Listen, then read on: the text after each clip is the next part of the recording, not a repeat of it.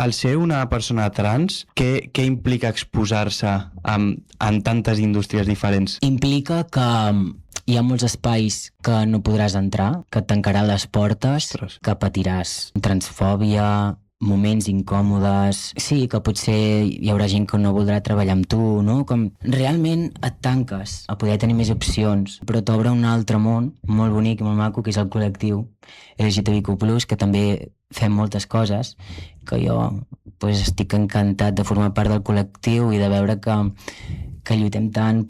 O sigui, jo ho veig com que fort que hagin de lluitar per ser. Sí, no? tant, Que és una cosa tan bàsica com poder ser qui ets, no?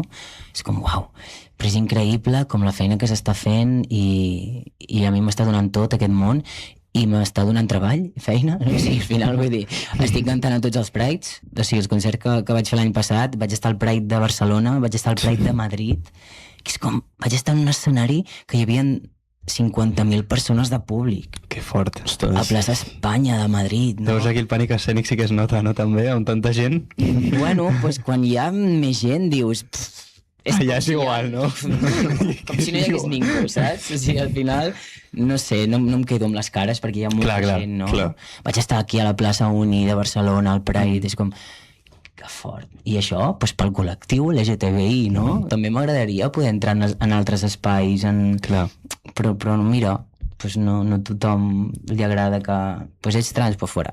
Ja, hosti. Poc a poc, suposo, no? Suposo que en un futur és el fet Esperem que aquesta societat faci el canvi de mentalitat i que tingueu les mateixes oportunitats que qualsevol altra persona, és que bàsicament... persones. Veus? És que és senzill, no? És fàcil, exacte. És fàcil, realment. Sí, no és molt complicat. Però a la gent li costa.